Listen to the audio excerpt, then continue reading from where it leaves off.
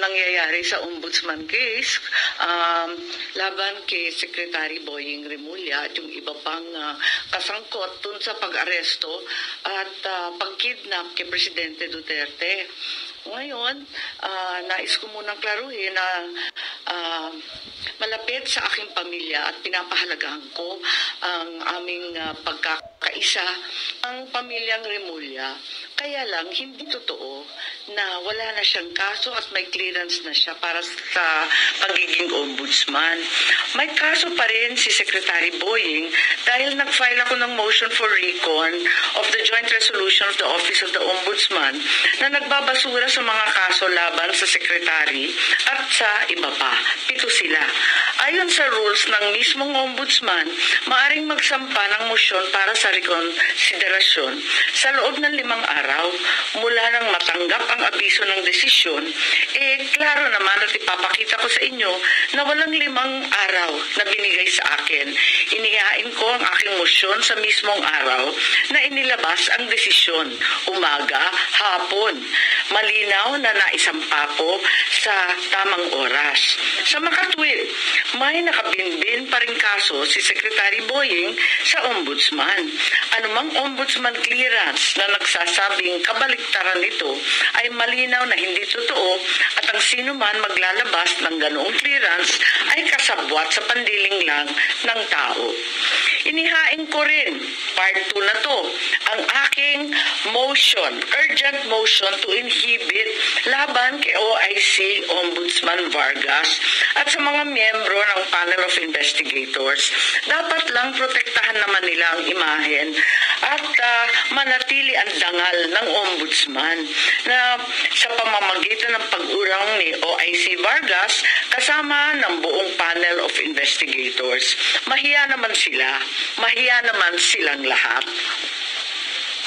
Nais ko rin banggitin ang narito din, eto naman, yung final ni Mayor, Vice Mayor Baste Duterte sa OIC Mindanao na siyang natanggap na at narehistro na sa Ombudsman Manila.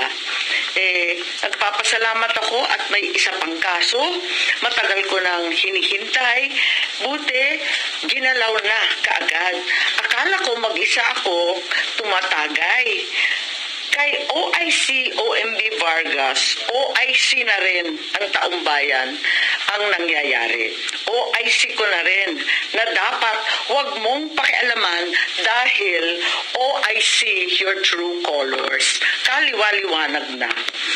At iniisip ko rin na umakyat sa Korte Suprema kapag binasura pa rin ito at tuloy-tuloy nila malabag ang iba't ibang batas at due process. Huli, nais ko rin banggitin na inanyayahan ako ng majority at tulad ni Senator Marcoleta, bigla akong sinabihan na kung last week ako yung chairman ng Foreign Relations, this week, iba na yata ang utos. Kapag hindi ako maging majority, hindi pwedeng maging chairman ng Foreign Relations. Hindi naman ako kapito ko sa position, okay lang yun. That's it. Hello. So, ang decision nyo is to remain with the minority even if that means you're gonna lose yung Foreign Relations Committee. Oo, tama yeah. po? Oo. So ganyan talaga eh. What committees po yung stay with you po? Parang wala. So far wala eh. Wala pang binibigay sa amin. Okay lang. Zero committee po kayo, ma'am? Wala. Zero as in na wala na po kayong chini-chair now na committee? Wala. Ang dami, 5 nga eh. Naglabis-labis nga yung trabaho ko last session. Tapos nangangampanya pa ako. Hirap na hirap nga ako noon eh. Yung foreign relations, kung maalala niyo, yung social welfare and development. Pagkatapos akin din yung co-ops, akin din yung housing, akin din yung electoral reform na medyo mahirap at technical. So 5 yun. Tapos vice chair pa ako ng finance. 5 plus 1/2, parang ganun. Pero may nais pa rin sa inyo, Blue Ribbon at saka foreign relations. Sorry? Yung labor lang at saka yung foreign relation. Tapos, ang nitong session na to, ang sinabi sa akin, foreign relations, labor, at co-op. Ngayon, ang sabi sa akin, wala na yung co-op, wala na rin yung labor, at ang sabi sa akin, baka yung overseas migrant workers, baka yung foreign relations, pero sumali muna ako sa majority. Okay lang. Ganyan talaga ang buhay. Sanay ako sa minority. Are you not open to join the majority? Sanay ako sa oposisyon. You're not open to join the majority? Parang nakakahiya naman, babae kang tao. Pag sinabi ng jowa mo, ayaw ko na sa'yo, pagpupumilit ka pa. So, how do you see it na wala po kayong i-share ng committee? Hindi ho ba parang nakukulangan kayo sa inyong gagawin? Ngayon, at least under this Congress? Okay na rin yun. Mag-e-eksena lang tayo ng kung ano-ano dyan sa plenaryo. Sanay naman ako tagal-tagal namin sa Congress, lagi akong oposisyon. So anyway, sana mabigyan din ng konti itong issue sa ombudsman. Ito talaga ang huling hantungan ng hustisya para sa mga naglabag sa batas na ating mga government officials. Wala nang tatakbo ang iba kundi yung ombudsman. Pag talagang binastos na at talagang ginawa ng politika ang ombudsman, wala na talaga tayong uuwian. Apakalungkot naman ito. Sabi niyo At sinabi na nga, OIC lang. OIC na nga talaga your true colors.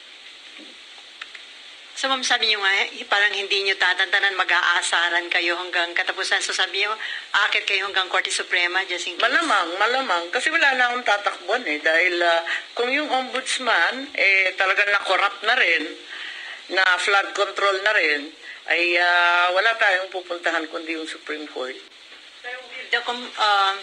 Dahil po nabuo na yung Independent Commission for Infrastructure, parang there is a necessity yata na magkaroon ng bagong ombudsman dahil makikipagtulungan ba yung ombudsman? I think may panel din ang ombudsman. Di ba nagtatag yung previous Deputy OIC Castillo, nagbuo rin yata sila ng task force hinggil sa flood control investigation. Pero tuloy-tuloy pa rin, di ba? Inanunsyo naman ni Senator Ping Lacson at pati ng congressman na tuloy-tuloy pa rin ang flood control investigation sa dalawang level ng Kongreso. So, walang necessity na may ma-appoint na agad ng ombudsman, ma'am? Well, parating maganda kung walang puwang. Pero kung pipilitin naman at pipilitin, sa totoo lang meron naman. Kasi may regular rules. Pero ang balita, yung Deputy OIC na babae, yung si Castillo, hindi daw cooperative. Kaya biglang nailagay itong OIC Vargas. Nalulungkot ako kasi talagang umaasa tayo sa ombudsman. Lalong-lalo na sa mga panahon ito na umiiral lahat ng report tungkol sa corruption. Do you think good choice yung i-appoint ni Presidente na chairman ng ICI, si dating Justice Reyes? Siyempre, umaasa tayo ng todo na kahit papano may lalabas.